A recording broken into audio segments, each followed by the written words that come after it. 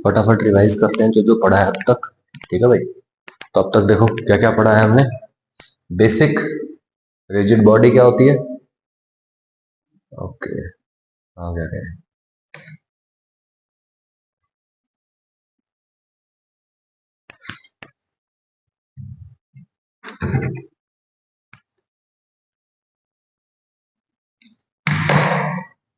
ये दो चीजें पढ़ी हैं।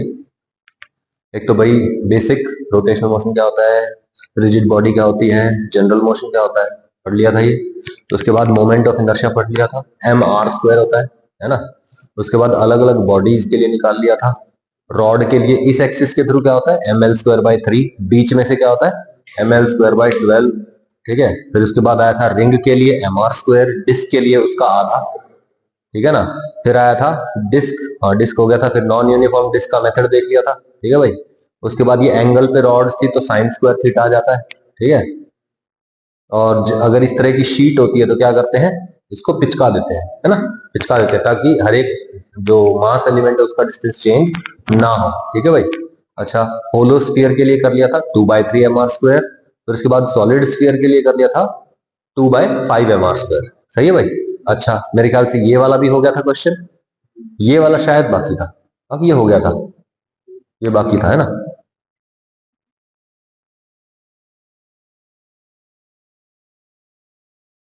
चलो ये देख लेते हैं।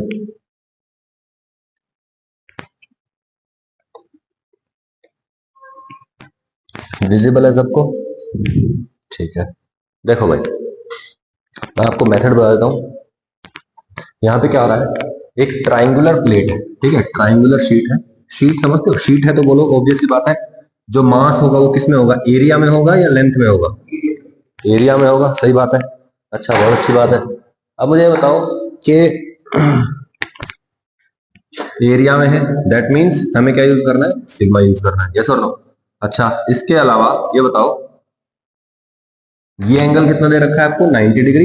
ये एंगल आपको कितना दे रखा है, 45 डिग्री। ये 45 डिग्री दे रखा है। ठीक है। अच्छा ये बताओ, अगर ये पॉइंट ओरिजिन में मान लू तो बोलो ये पूरा एंगल 90 डिग्री, तो ये कितना हो जाएगा, 45 डिग्री। बोलो ये वाली जो लाइन है, ये लाइन क्या है, y is equal to X line नहीं है क्या ये? सही है ना। अच्छा, ये भी 45 डिग्री, ये कौन सी लाइन हो जाएगी, y is equal to minus X वाली लाइन दिख रही है मेरे को, यस और नो। अच्छा, अब मैं ये कहता हूं कि शीट निकालनी है। बोलो शीट है ना, तो मुझे क्या करना पड़ेगा, पतली सी पट्टी निकालनी पड़ेगी, पतली सी स्ट्रिप निकालनी पड़ेगी इसमें से। तो बोलो मैंने क्या करता हूं, एक्स डिस्टेंस पे डीएक्स लेंथ की, जैसे जैसे इसने माना हुआ है वाई डिस्टेंस पे डीएक्स चौड़ाई की, इसकी जो चौड़ाई है ना ये डीएक्स के बराबर है। ठीक है। और ये वाली जो लेंथ है ये इसने एक्स मान ली है। मैं उल्टा भी मान सकता हूं, नाम ही तो रखना है क्या भाई।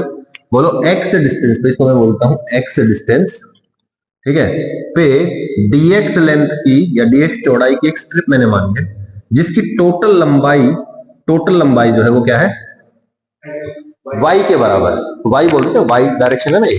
ठीक है। अच्छा, अब मैं सिर्फ और सिर्फ इस पॉइंट को देख रहा हूं यहां पे।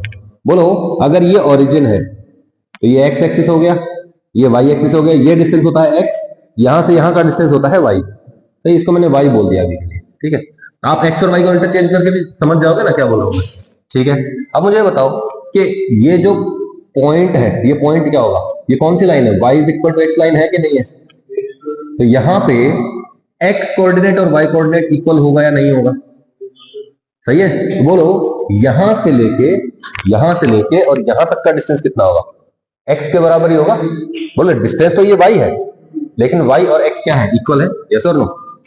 तो बोलो इस स्ट्रिप का एरिया कितना आ जाएगा। मैं कहता हूं सिग्मा के साथ मुझे डीए मल्टीप्लाई करना है। डीए मतलब छोटा सा एरिया निकाल लिया मैंने। बोलो क्या ये रेक्टेंगल नहीं दिख रहा है, ये छोटा सा रेक्टेंगल का एरिया क्या था, लेंथ इंटू ब्रेड्थ। ये चौड़ाई है डीएक्स, ये लंबाई है 2y बोल देते हैं।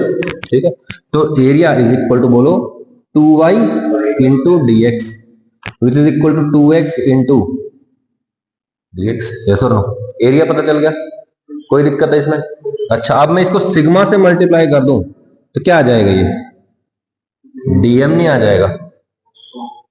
बोलो, यानी कि इस छोटी सी पोर्शन, इसका जो मास है वो कितना है, डीएम। अब मुझे बताओ, इसके लिए मैं बात करता हूं, डी आई क्या होगा, डी आई मतलब छोटा सा moment of inertia for this पतली सी पट्टी। ठीक है, मुझे बताओ ये पूरी की पूरी पट्टी कितने डिस्टेंस पे है, एक्स। तो मैं कहता हूं एम मास का डिस्टेंस, सॉरी एम मास जो है वो एक्स डिस्टेंस या आर डिस्टेंस पे होता था, कितना मोमेंट ऑफ इनर्शिया होता था, एम आर स्क्वायर। अभी कितना हो जाएगा, डीएम एक्स स्क्वायर, मास है डीएम, डिस्टेंस है एक्स, तो कितना हो जाएगा, DM into x square, integrate integrate, DM की वैल्यू रखो 2x dx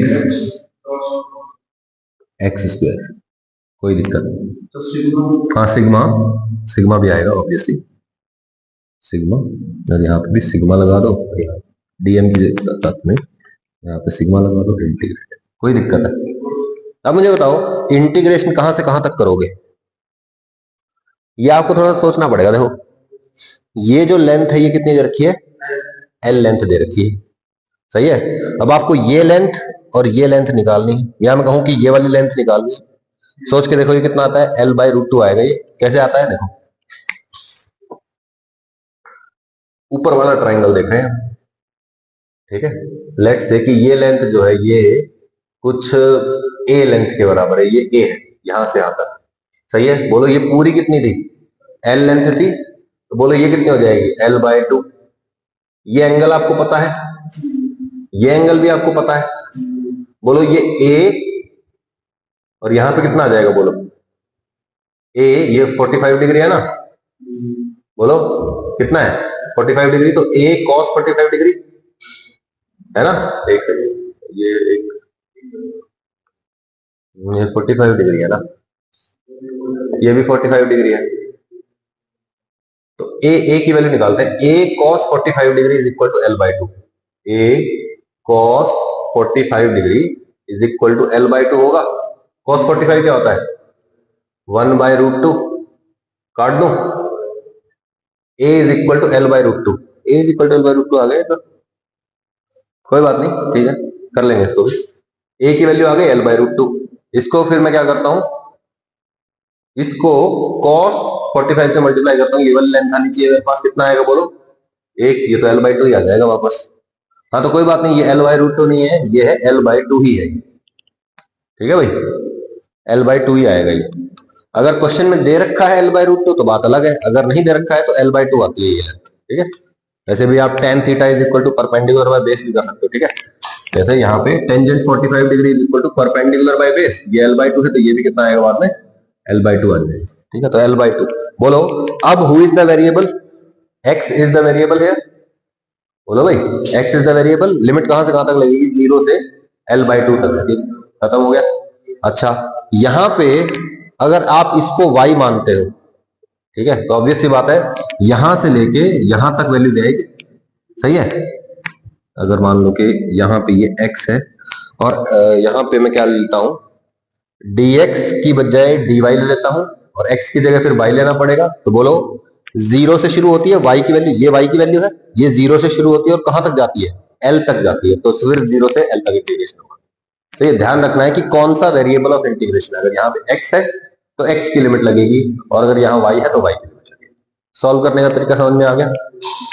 अगले क्वेश्चन में भी सेम है, कुछ अलग नहीं है, बस यहाँ पे जो आपके पास ये y is equal to X line है, अगले केस में ऐसी पैराबोलिक लाइन है, ठीक है, वहां पे y is equal to X square है, बस यहाँ पे जो हमने y is equal to X रखा था, y is equal to X रखा था, यहाँ पे एक्स स्क्वायर आ जाएगा और कोई फर्क नहीं पड़ेगा। अगले क्वेश्चन में कर लेंगे आप लोग, बोलो भाई। अरे अगला क्वेश्चन लिखा ही नहीं दीपेंद्र, नहीं लिखा होगा, y is equal to X square, वो पैराबोलिक शेप की है, ठीक है, कोई बात नहीं। अगले टॉपिक पे चलते हैं, which is radius of gyration, ठीक है, रेडियस ऑफ गायरेशन पढ़ेंगे अभी, बहुत इंपॉर्टेंट टॉपिक है, बहुत इजी टॉपिक है, ठीक है। अब तक जैसे आप लोगों ने पढ़ा था ना, रेडियस ऑफ गायरेशन बार बार आ रहा था, कई सारे क्वेश्चन आया था। अभी देखो रेडियस ऑफ गायरेशन कुछ नहीं होता है, तो बहुत ही इजी टॉपिक है, सिर्फ एक फॉर्मूला है पूरे टॉपिक में और कुछ भी नहीं है, ठीक है भाई।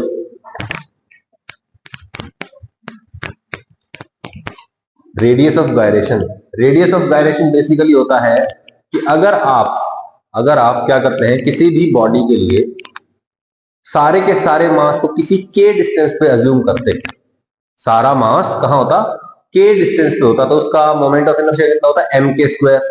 और अभी कितना है उसका, अभी उसका जितना भी है, आप क्या करो, जितना भी है उसको एम के स्क्वायर से कंपेयर कर दो। ध्यान से देखो, जो भी मोमेंट ऑफ इनर्शिया है ना आई, वो जनरली किसकी फॉर्म में होता है, एम आर स्क्वायर की फॉर्म में होता है। उसको क्या करो, एम के स्क्वायर से कंपेयर कर दो।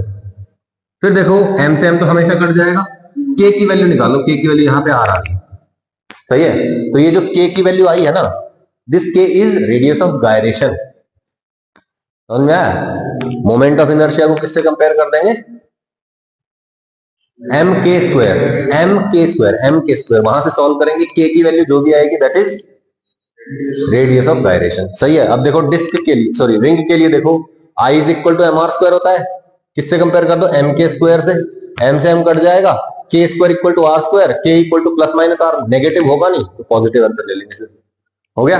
अच्छा डिस्क के लिए देखो, डिस्क के लिए moment of inertia M R square by 2 होता है, इसको किससे कंपेयर करो, एम के स्क्वायर, तो M K square equal to M R square by 2, M से एम कट जाएगा, K is equal to R by root 2 आ गया, दिस के इज आर बाय रूट 2।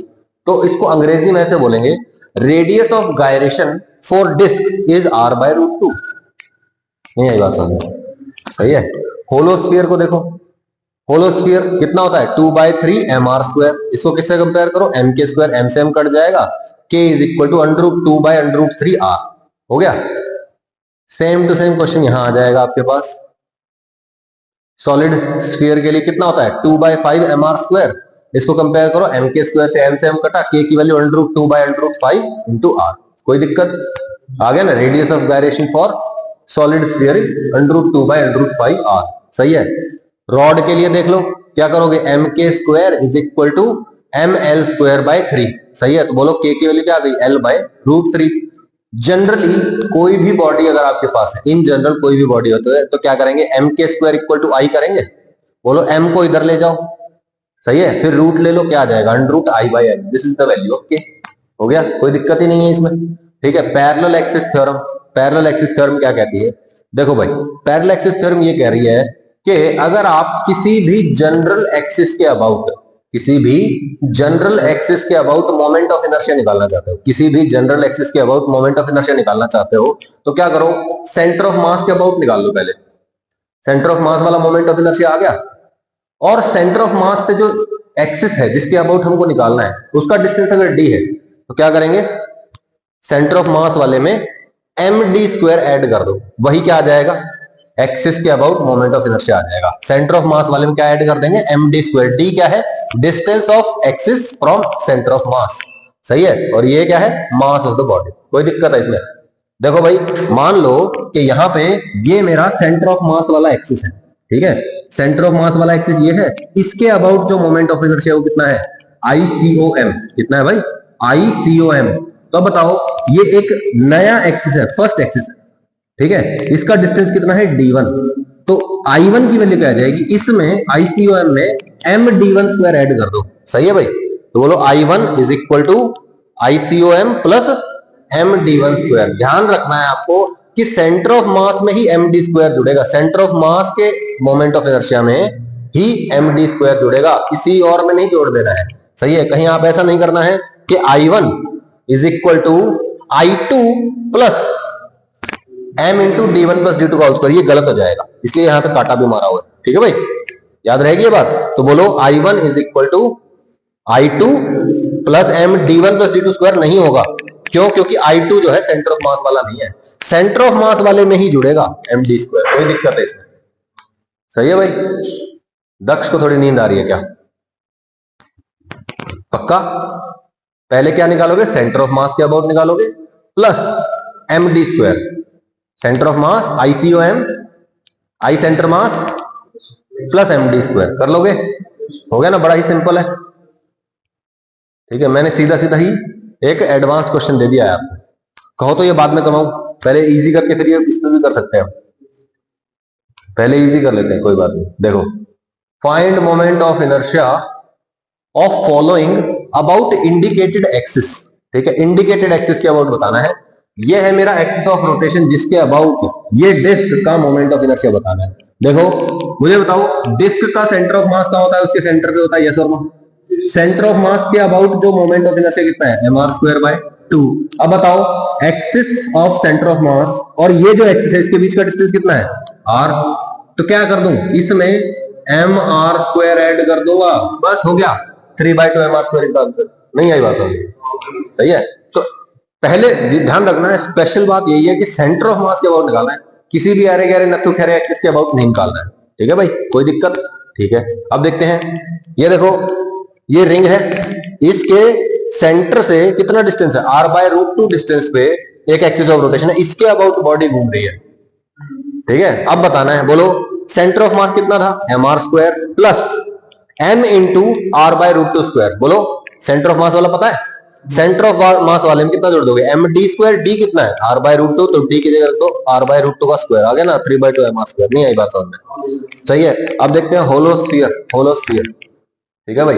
होलोस्फीयर क्या हो रहा है, देखो सेंटर से कितना डिस्टेंस है, r/2। तो बोलो इसका ICOM जो होता है that is 2/3 mr² plus m into r/2 का होल स्क्वायर। तो बोलो 2/3 mr² ICOM प्लस mr/2 का होल स्क्वायर, आ गया ना, जोड़ दो आंसर आ जाएगा। नहीं आई बात समझ, सही है। इसी तरीके से आपके पास होता है सॉलिड स्फीयर। अब देखो यहां से डिस्टेंस 2r है, यहां से ये डिस्टेंस r है, बोलो सेंटर से टोटल डिस्टेंस 3r। बोलो इसके अबाउट कितना होता है, 2/5 mr², 2/5 mr² plus m into 3r का होल स्क्वायर। कोई दिक्कत, अच्छा फिर अगली थ्योरम। तो ये क्वेश्चन देखते हैं अभी, ये थोड़ा सा और अच्छा क्वेश्चन है। देखो भाई यहाँ पे आपको क्या दे रखा है, सेमी सर्कुलर रिंग दे रखी है, सेमी सर्कुलर रिंग, ठीक है। अब आपको बताना है कि यहां से एक्सिस ऑफ रोटेशन पास कर रहा है, यहां से ये है एक्सिस ऑफ रोटेशन, और ये बॉडी जो है ऐसे घूम रही है इस एक्सिस के अबाउट, सही है। अब आपको बताना है इस एक्सिस के अबाउट इसका मोमेंट ऑफ इनर्शिया क्या होगा। सोचिए बताइए।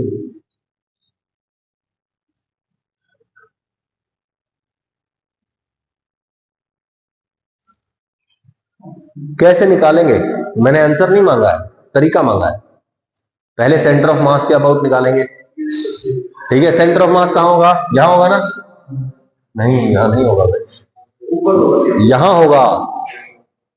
रिंग का सेंटर ऑफ मास कितने डिस्टेंस पे होता है, 2r/π डिस्टेंस पे होता है फ्रॉम द सेंटर, ठीक है। जैसी इधर है वैसी इधर है, तो बोलो बीच में आएगा सेंटर ऑफ मास, लेकिन जैसे ऊपर वैसे नीचे नहीं है, यानी कि थोड़ा सा ऊपर की तरफ आएगा, मास की तरफ चला जाता है सेंटर ऑफ मास। तो ये कितना डिस्टेंस है, 2r/π। अच्छा मुझे बताओ इस एक्सिस के अबाउट कितना है, ये जो एक्सिस है यहां से जो पास कर रहा है, ये वाला एक्सिस जो है यहां, इसके अबाउट कितना है, mr²। देखो m मास है, r रेडियस है, सारा का सारा मास इस एक्सिस से कितने डिस्टेंस पे है, r डिस्टेंस पे है। तो बोलो इसके अबाउट कितना हो जाएगा, mr²। कोई दिक्कत है इसमें, तो बोलो इसको मैं बोलता हूं I1 बोल देता हूं, ठीक है। कोई दिक्कत है, तो बोलो इसके अबाउट मुझे पता है ना, इसके अबाउट मुझे नहीं पता है। तो बोलो मैं कहता हूं I1 में और ICOM में क्या रिलेशन है, I1 is equal to ICOM plus md², और d कितना है 2r/π। तो बोलिए कितना हो जाएगा 2r/π का होल स्क्वायर, सही है। इसको उठा के इधर ले आओ, ICOM की वैल्यू आ गई, कितना आया, I1 minus m into 2r/π का whole square is equal to ICOM। पहले हमने ICOM निकाला है क्योंकि हमें पता नहीं था इस केस में, अब ICOM आ गया, अब मैं ये निकाल सकता हूं। बोलो इसका डिस्टेंस कितना हो जाएगा, टोटल r था, r माइनस 2r/π। कोई दिक्कत, तो अब बताइए जो d डिस्टेंस होगा, बोलो I जो फाइनल है, I फाइनल जो हमको निकालना है कितना आएगा, ICOM प्लस md1² बोल दो उसको, सही है। अब बताओ ICOM कितना था, वहां से उठा के पुट कर दो, प्लस m इंटू d1 कितना था, r माइनस 2r/π का whole square. So this is your answer, सही है। कई बार ICOM पता नहीं होगा, पहले ICOM निकालना पड़ेगा, ठीक है। जैसे अगले वो जो क्वेश्चंस थे इजी वाले, उसमें तो ICOM पता था, नहीं पता है तो पहले ICOM निकालेंगे, ये इसी बात का रिमाइंडर है ये क्वेश्चन, ठीक है भाई। चलें आगे अब, ठीक है। अब एक और नई थ्योरम आ गई। क्या है थ्योरम? थ्योरम है परपेंडिकुलर एक्सिस थ्योरम। सबसे पहले तो ये लगेगी कब? जब टू डायमेंशनल बॉडी होगी, ठीक है। जो शीट टाइप की बॉडी होती है ना, शीट है ना, फट्टे टाइप की जो बॉडी होती है वो होती है, उसके लिए ये एप्लीकेबल है और किसी के लिए ये एप्लीकेबल नहीं है। ये बात बहुत ध्यान से याद रखनी है, ठीक है। अच्छा, और ओनली फॉर प्लेन बॉडीज है परपेंडिकुलर एक्सिस थ्योरम। ये देखते हैं भाई, मैं कहता हूं आप इमेजिन करिए कि आपके पास एक बॉडी है, ठीक है। मान लीजिए मैं एक टू डायमेंशनल बॉडी लेता हूं, जैसे ये आपके पास एक टू डायमेंशनल बॉडी है, ठीक है। अब आप यहां पे एक्सिस इमेजिन करो, ठीक है।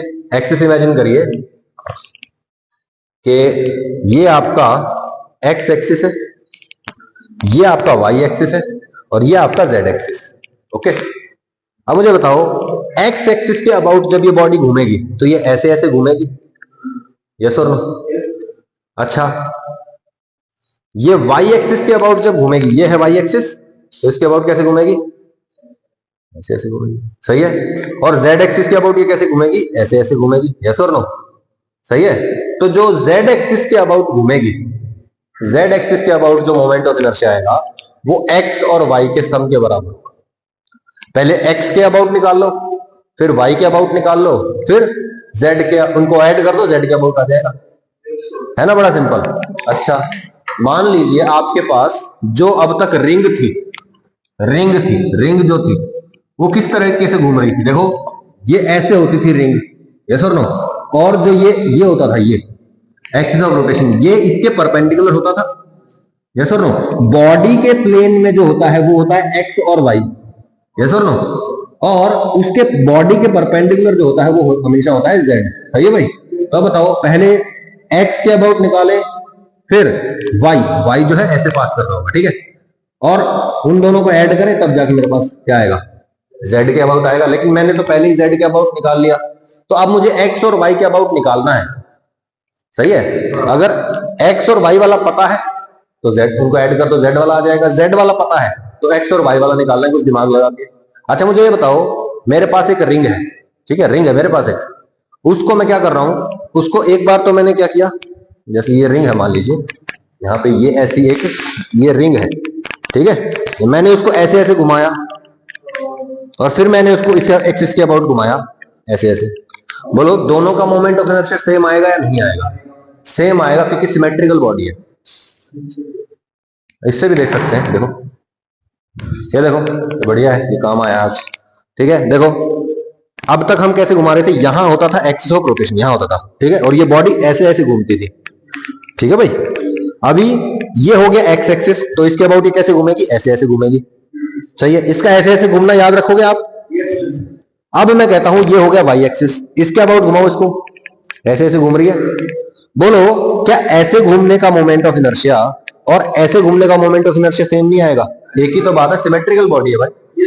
सिमिलरली डिस्क के साथ होगा, डिस्क को आप ऐसे घुमाओ चाहे आप ऐसे घुमाओ, मोमेंट ऑफ इनर्शिया क्या आएगा? सेम, क्योंकि मास डिस्ट्रीब्यूशन क्या रहता है, दोनों एक्सिस के अबाउट सेम है, एक्स एक्सिस हो चाहे वाई एक्सिस, सही है भाई? ठीक है, ध्यान रहे, सिर्फ और सिर्फ किसके लिए? ये टू डायमेंशनल बॉडी यानी कि प्लेन बॉडीज के लिए है ये, ओके। अच्छा, अब मैं कहता हूं कि बोलो, फॉर ए रिंग, ये रिंग के लिए बात कर रहा है क्या? यहां ये रिंग ही है, ठीक है भाई।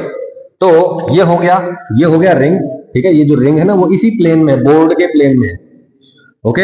ये हो गया आई एक्स, इसके अबाउट हो जाएगा आई वाई, और इसके अबाउट जो होगा वो क्या होगा? आई जेड, सही है। मुझे बताओ, क्या I X equal to I Y है, यस और नो? दोनों के लिए सेम है, सही है। और बोलो, आई जेड की वैल्यू कितनी है? एम आर स्क्वायर है, और ये किसके बराबर है? आई एक्स प्लस आई वाई। आई एक्स लिखो चाहे आई वाई लिखो, दोनों बराबर है, एक ही बात है, तो इसको लिख दो equal to 2 I X. I X की वैल्यू कितनी आ गई? सही है भाई। तो अगर आप रिंग को घुमा रहे हो अबाउट एन एक्सिस जो रिंग के प्लेन में ही है, तो कितना आएगा moment of inertia? M R square by 2 आएगा।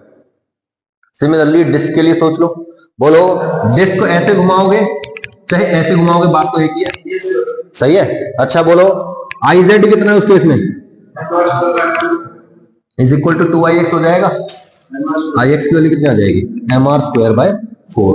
तो अगर मैं डिस्क को घुमाता हूं अबाउट एन एक्सिस, जो क्या होता है in the plane of the disk, तो कितना आएगा mr²/4।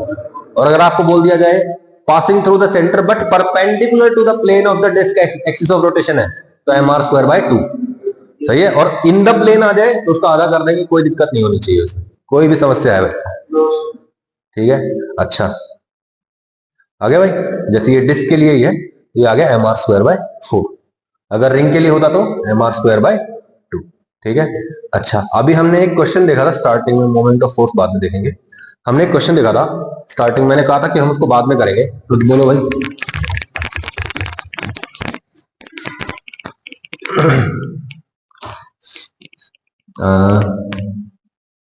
ये कुछ इस तरह की बॉडी, सही है। और हमको पता था कि इस एक्सिस के अबाउट मोमेंट ऑफ इनर्शिया कितना है ना। ऐसे ऐसे क्या किया था हमने, ऐसे कोलैप्स कर दिया था इसको, फिर ये रॉड वाला केस बन गया था। हमको इसके बारे अबाउट भी पता था। तो अब मैं स्क्वायर बॉडी मान लेता हूं इसको, ठीक है। ये कैसी है, स्क्वायर बॉडी, ठीक है भाई, ये स्क्वायर बॉडी है, कोई दिक्कत। तो बोलो इस एक्सिस के अबाउट भी सेम होगा और इस एक्सिस के अबाउट भी सेम होगा। बोलो इस एक्सिस के अबाउट क्या आ जाएगा, इसका प्लस इसका हो जाएगा, कितना आ जाएगा m, इसकी साइड l मान लेते हैं, तो ml²/12 प्लस ml²/12 यानी कि ml²/6 हो गया, कोई दिक्कत है। यानी कि iz आ गया मेरे पास इस एक्सिस के अबाउट, iz जो आया है, iz जो आया है वो कितना आया है, ml²/6। अब एक क्वेश्चन था आपके पास कुछ इस तरह का,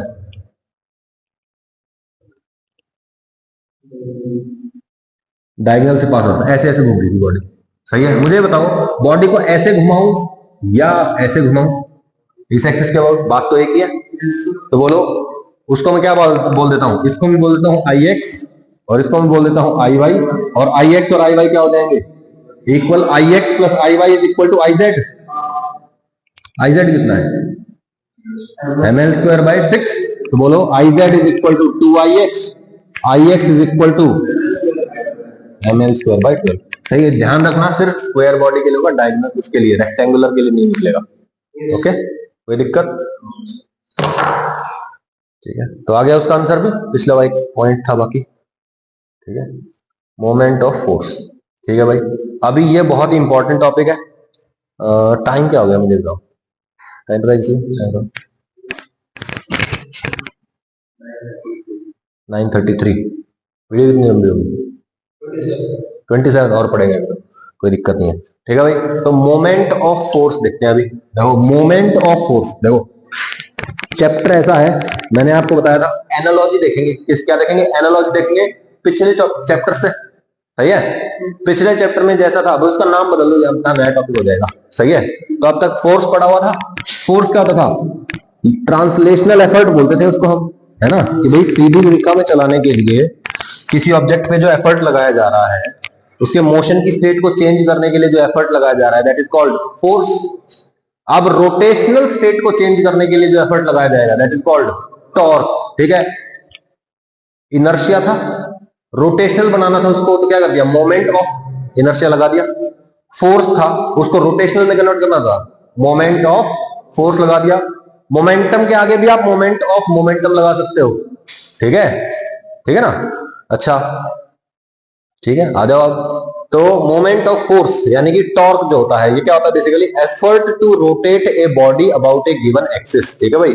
किसी भी बॉडी को एक गिवन एक्सिस के अबाउट रोटेट करने के लिए जो एफर्ट लगाया जाता है, ठीक है, दैट इज कॉल्ड टॉर्क, ठीक है। It is analogous to force in linear motion. Linear motion में जो फोर्स का काम होता है, रोटेशनल में वो टॉर्क का काम होता है। It is A vector quantity, जैसे फोर्स एक वेक्टर क्वांटिटी होती है, ऐसे ही टॉर्क भी एक वेक्टर क्वांटिटी होती है, क्योंकि इसके पास मैग्नीट्यूड भी है, डायरेक्शन भी है, और ये वेक्टर लॉज को फॉलो भी करता है, ठीक है भाई। It is an axial vector, ठीक है, ये अल्टरनेट डेफिनेशन भी हो सकती है, axial vector that points in the direction of axis of rotation, ठीक है भाई। टॉर्क की डायरेक्शन क्या बताएगी, एक्सिस ऑफ रोटेशन की डायरेक्शन बताएगी, सही है भाई। अभी हम देखेंगे कि जो टॉर्क है वो हम किस तरीके से निकालते हैं, ठीक है। उसका एक फॉर्मूला आएगा, फॉर्मूले में जब हम डायरेक्शन चेक करेंगे तो वो किसकी डायरेक्शन में आएगी, एक्सिस ऑफ रोटेशन की डायरेक्शन में आएगी, ठीक है भाई। अच्छा, तो ये वेक्टर है, इसकी एसआई यूनिट होती है न्यूटन मीटर, ठीक है, सेम एज वर्क। वर्क की भी होता है ना न्यूटन, यानी कि फोर्स इनटू डिस्प्लेसमेंट। यहां पे भी क्या होता है, न्यूटन मीटर, इसकी एसआई यूनिट होती है KG metre square per second square. ये तो केजी मीटर पर सेकंड स्क्वायर होता है, इनटू मीटर कर देंगे तो KG metre square per second square हो जाएगा। कोई दिक्कत है? सही है। उसके ml2t-2 इसके क्या हो गए हैं, इसके डायमेंशन हो गए हैं। और वर्क के और टॉर्क के डायमेंशन सेम होते हैं। ये क्वेश्चन बहुत पहले नीट में भी पूछा जा चुका है, ठीक है। और जो छुटपुट एग्जाम होते हैं, कुछ स्टेट पीएमटी वगैरह कुछ जो लेते थे, उनमें भी पूछ लिया जाता था। बार बार रिपीट हुआ है ये क्वेश्चन, ठीक है। मतलब क्वेश्चन की एक जो पार्ट होता है ना ABCD में से, वो एक यही होता है कि भाई टॉर्क और वर्क के डायमेंशन सेम होते हैं या नहीं होते, ठीक है। तो पता होना चाहिए आपको। अच्छा, मास का क्या बन गया, moment of inertia, position, angular velocity, angular velocity, acceleration, angular acceleration, force, torque. सही है। Momentum, angular momentum. कोई दिक्कत? काइनेटिक एनर्जी का formula half M V square, mass की जगह आई, वी की जगह ओमेगा। आ गया ना, बन गया फॉर्मूला भाई। अब देखो जो टॉर्क होता है, टॉर्क को देख लेते हैं एक बार। टॉर्क का फॉर्मूला जो होता है वो होता है R cross F. R cross F, R cross F. बोलो, क्रॉस प्रोडक्ट में क्या लगता था, R F sine theta. Dot product में क्या लगता था, कॉस थीटा। जैसे ए डॉट बी क्या होता था, ए बी कॉस थीटा। और क्रॉस प्रोडक्ट क्या था, A cross B is equal to A B sine theta. सही है ना। तो बोलो आर क्रॉस एफ क्या बन जाएगा, आर एफ साइन थीटा। कोई दिक्कत है भाई इसमें? कोई दिक्कत? बोलो भाई, मीटर होता है इसका यूनिट और इसका फोर्स केजी मीटर पर सेकंड स्क्वायर। साइन थीटा का कोई यूनिट नहीं होता, ठीक है भाई। अच्छा मुझे बताओ, अगर ये टॉर्क है, torque is analogous to force. Force क्या होता था, मास इंटू एक्सेलरेशन।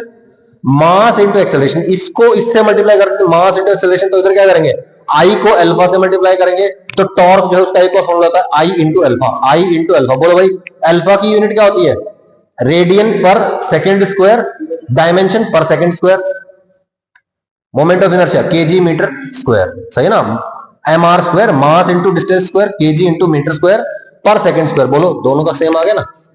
सही है भाई। तो इसको आप आई अल्फा भी लिखेंगे, तो आपके पास तीन फॉर्मूले बन गए। क्या भैया, R cross F, R F sine theta और आई अल्फा, तीन फॉर्मूले हो गए। कोई दिक्कत? सही है, याद रहेगी बात। इसको तीन चार बार पढ़ लोगे ना तो फिर ये बहुत याद रहने लग जाएगी चीजें, ठीक है भाई। अच्छा मुझे याद दिलाइए, ए क्रॉस बी कैसे निकाल देते हैं हम। बोलो भाई, मान लीजिए आपके पास ये है ए वेक्टर और यहां पे है आपके पास बी वेक्टर। बोलिए, ए वेक्टर क्रॉस बी वेक्टर कैसे निकाल देते हैं हम। बोलो, सबसे पहले तो ए का मैग्नीट्यूड, बी का magnitude into sine theta, where theta is the angle between A and B. सही है। अच्छा, ये क्या होती है, एक वेक्टर क्वांटिटी होती है, याद आ गया होगा आपको, वेक्टर क्वांटिटी है। और वेक्टर क्वांटिटी की एक डायरेक्शन भी होती है, और डायरेक्शन क्या होती थी, बोलो, एन कैप। एन कैप क्या होता था, it is a unit vector perpendicular to both A and B. तो जो इसका आउटपुट आएगा उसको मैं बोल सकता हूं कि it is equal to C vector. और सी वेक्टर क्या है, सी वेक्टर एक ऐसा वेक्टर है जिसका मैग्नीट्यूड तो ए बी साइन थीटा के बराबर है, और जिसकी डायरेक्शन क्या है, ए और बी दोनों के परपेंडिकुलर। निकालते कैसे हैं, पहले जो वेक्टर लिखा हुआ है ए की डायरेक्शन में उंगलियां करो, करो ऐसे, राइट हैंड की उंगलियां करो ऐसे, जैसे हाथ निकालो तब, ठीक है। ए क्रॉस बी की तरफ घुमा दो, A cross B, A cross B, A cross B, क्या जाएगा, थंब की जो डायरेक्शन आएगी that is the direction of C vector. सही है भाई। ए क्रॉस बी की डायरेक्शन भी वही है, और ए क्रॉस बी क्या है, सी ही तो है, तो सी की डायरेक्शन ये आ जाएगी, ऐसे आ जाएगी। सही है भाई, A cross B, A cross B. सही है भाई। अच्छा, अब मैं कहता हूं मुझे निकालना है आर और एफ के बीच में रिलेशन, ठीक है भाई। एक और केस पढ़ लेते हैं इसका। चलो पहले मान लो कि ये है मेरे पास ए और इस इधर ही है मेरे पास बी, ठीक है। ये मैंने थोड़ा सा गैप पे बना दिए ए और बी, ठीक है। वैसे ये दोनों की सेम डायरेक्शन है। मुझे बताओ, ए की डायरेक्शन में फिंगर्स करी, क्या बी की तरफ मोड़ पाया मैं उंगलियों को, नहीं, थंब की डायरेक्शन कुछ है ही नहीं। क्यों, क्योंकि ए क्रॉस बी क्या हो जाएगा, जीरो। बोलो, ए और बी के बीच का एंगल 0 डिग्री है, तो साइन के अंदर क्या आ जाएगा, जीरो, सारा जीरो हो जाएगा। सही है। तो यहाँ पे जीरो वेक्टर और जीरो वेक्टर की डायरेक्शन डिफाइन नहीं होती है। अच्छा, अगर मान लो उल्टा होता तो भी जीरो हो जाता भाई, सेम डायरेक्शन हो जाती ना, 90 डिग्री, सॉरी 180 डिग्री होता। 180 डिग्री मींस जीरो। कोई दिक्कत? अच्छा ओके। अब देखो,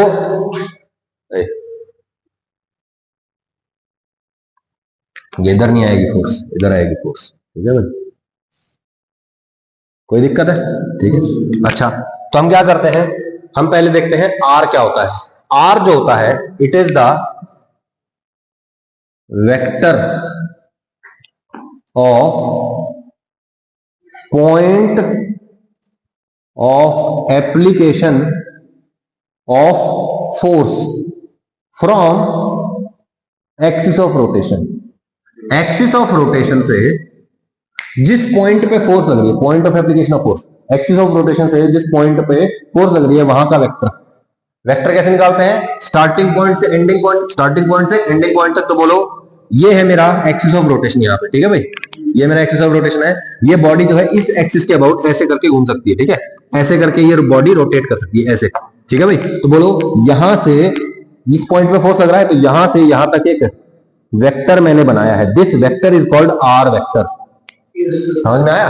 अब बताइए, R vector cross F vector करना है, तो बोलो आर की तरफ उंगलियां करी और एफ की तरफ घुमा दी, तो thumb will give you the direction of torque. कोई दिक्कत है इसमें? तो बोलो R cross F, R cross F, यही आई ना टॉर्क की direction.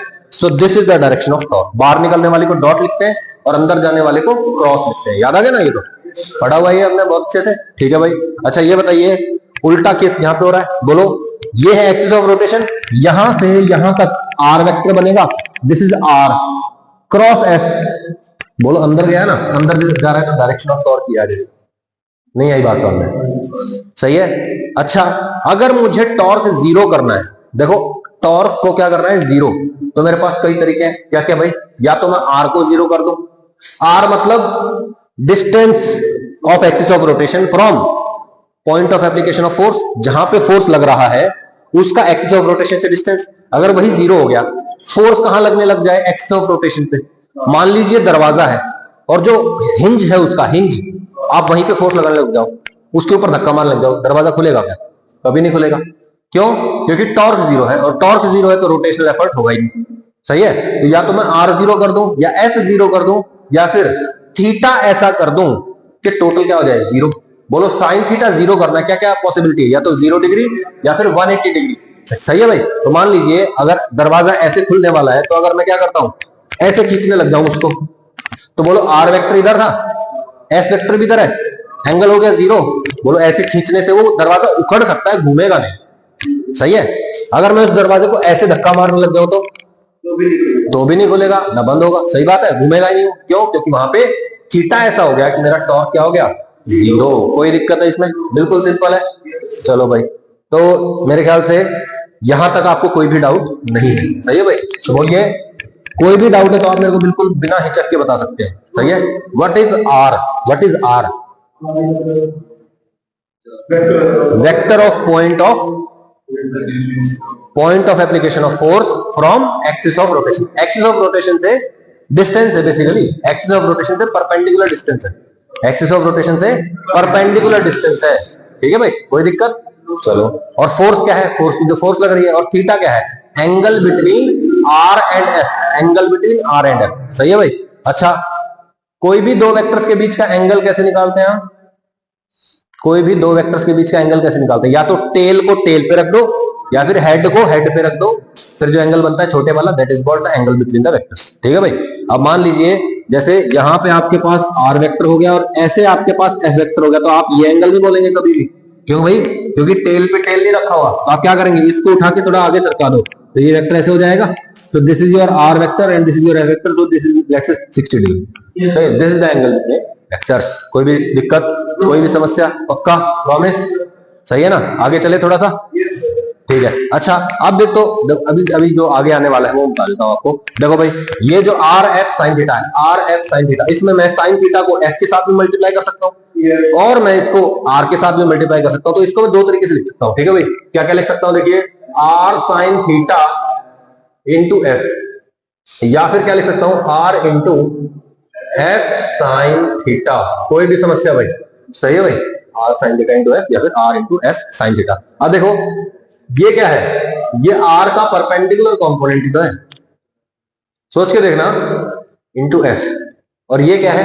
F perpendicular component into. सही है भाई? इसको ऐसे समझ लो कि मान लीजिए कि यहां पे फोर्स ऐसे लग रहा है। सही है?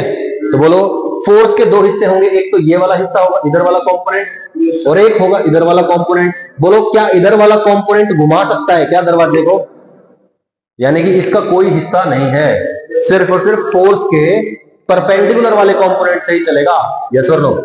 कोई दिक्कत? सही है। आप इसको ऐसे भी बोल सकते हो कि देखो यहां पे ऐसे फोर्स लग रहा है, ये ऐसे आर है, मैं कहता हूं ये आर है। यस और नो? आर के दो कंपोनेंट होते हैं, कौन से? एक तो in the direction of force, भाई इस आर का एक कंपोनेंट तो इधर आएगा, ये एंगल थीटा, तो इधर क्या आएगा आर कॉस थीटा, और एक इधर क्या आएगा। सही है भाई? तो बोलो घूमने का एफर्ट किसकी वजह से हो रहा है? आर साइन थीटा की वजह से। फोर्स को चेंज नहीं किया आपकी बार मैंने किसको चेंज किया है? आर को चेंज किया है। तो रेडियस का यानी कि distance from axis of rotation का वो वाला कंपोनेंट ले लो जो फोर्स के परपेंडिकुलर है, या फिर फोर्स का वो वाला कंपोनेंट ले लो जो आर के परपेंडिकुलर है। नहीं आएगा? सही है। दोनों केसेस में क्या आएगा आपके पास? टॉर्क आ जाएगा। और टॉर्क केस क्या होता है बोलो भाई? क्या होता है? R cross F. कोई भी दिक्कत? बिल्कुल सिंपल है। तो रोटेशनल एफर्ट होता है, जीरो करना है तो आर जीरो कर दो, एफ जीरो कर दो, या फिर थीटा ऐसा कर दो जीरो या 180 डिग्री, इससे टॉर्क जीरो हो जाता है। ठीक है भाई? कोई दिक्कत है भाई? सही है। तो बोलो ये आपको बहुत इंपॉर्टेंट है भाई, ये पूरा का पूरा याद होना चाहिए यहां से लेके यहां तक। ठीक है? और इसके भी दो रूप है, एक ये और एक ये। सही है? अगर आप इसको ऐसे याद कर लेते हो कि आर क्या है? Perpendicular distance of point of application of force from axis of rotation, तो आपको साइन थीटा की चिंता ही नहीं करनी पड़ेगी, क्योंकि वो ऑलरेडी क्या बन गया है? आर परपेंडिकुलर बन गया है। नहीं आएगा सर? अब एक और शॉर्टकट बता दो, आगे की एक और एनालॉजी बता दो। देखो मोमेंटम होता है, क्या होता है? Mass into velocity. एल तो टॉर्क कैसे आया था? आर को एफ से मल्टीप्लाई करके, एल आएगा आर को पी से मल्टीप्लाई करके, cross product R cross P. अब बताओ क्या बनेगा? R P sine theta. अच्छा पी क्या होता है? एमवी, तो आर एमवी साइन थीटा। सही है। अगर 90 डिग्री पे होता है तो क्या बोलते हैं उसको? एमवीआर। सुना लगा एमवीआर कुछ? Bohr's postulate, angular momentum of electron in orbit is quantized. Angular momentum क्या था? एमवीआर ही तो होता था। तो बोलो एमवीआर आ गया ना? एमवीआर ऐसे आता है। सही है? तो देख लो। अब इसमें भी आप क्या कर सकते हो? इसमें भी दो रूप ले सकते हो, पी साइन थीटा ले लो या फिर आर साइन थीटा ले लो। मोमेंटम के परपेंडिकुलर आर का कंपोनेंट या आर के परपेंडिकुलर पी का कंपोनेंट, बात ही की। सही है? तो यहां पे आपका बेसिक कंसेप्ट क्लियर हो गया है, आई होप। सही है भाई? इसमें कोई दिक्कत नहीं है? पक्का? इसके आगे कल कर लेते हैं। ठीक है? इनफ है ना? नहीं है क्या?